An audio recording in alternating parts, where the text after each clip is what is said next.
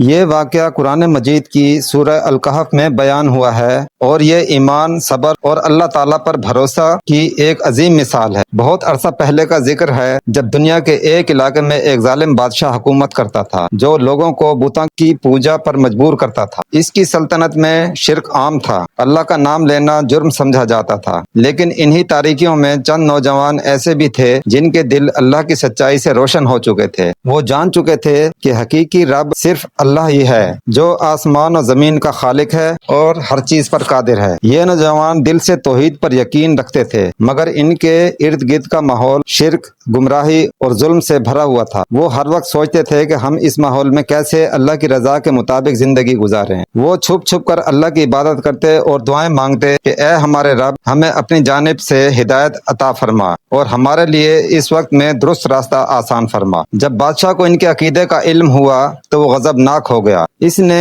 انہیں دربار میں بلایا اور کہا، اگر تم نے ہمارے معبودوں کو نہ مانا تو تمہیں سخت سزا دی جائے گی۔ لیکن وہ نوجوان اپنے ایمان پر ڈٹ گئے۔ انہوں نے بادشاہ کے سامنے صاف صاف کہہ دیا، ہمارا رب تو صرف اللہ ہے، ہم اس کے سوا کسی اور کی عبادت نہیں کریں گے۔ بادشاہ نے انہیں قتل کی دھمکی دی۔ جب نوجوان نے دیکھا کہ اب ان کے لیے شہر میں رہنا ممکن نہیں تو وہ اللہ کے بھروسے پر سب کچھ چھوڑ کر نکل کھڑے ہوئے۔ وہ پہاڑوں کی طرف روانہ ہو گئے۔ چلتے چلتے ایک غار تک پہنچے جو ایک بلند پہاڑ میں واقع تھی۔ انہوں نے آپس میں مشورہ کیا کہ اس غار میں پناہ لی جائے اور اللہ سے دعا کی جائے کہ وہ ان کی حفاظت فرمائے۔ جیسے ہی وہ غار میں داخل ہوئے، اللہ تعالیٰ نے ان پر نیند طاری کر دی۔ وہ نیند عام نہ تھی بلکہ ایک لمبی، پرامن، خاموش نیند تھی جو سالوں پر محیط تھی۔ اللہ تعالیٰ نے قرآن میں فرمایا، اور ہم نے انہیں غار میں کئی سال تک سلا دیا۔ یہ نیند ایک دن، 2 دن یا 1 سال کی نہ تھی بلکہ 309 سالوں پر مشتمل تھی۔ اللہ نے ان کے جسموں کو سلامت رکھا، سورج کی روشنی کو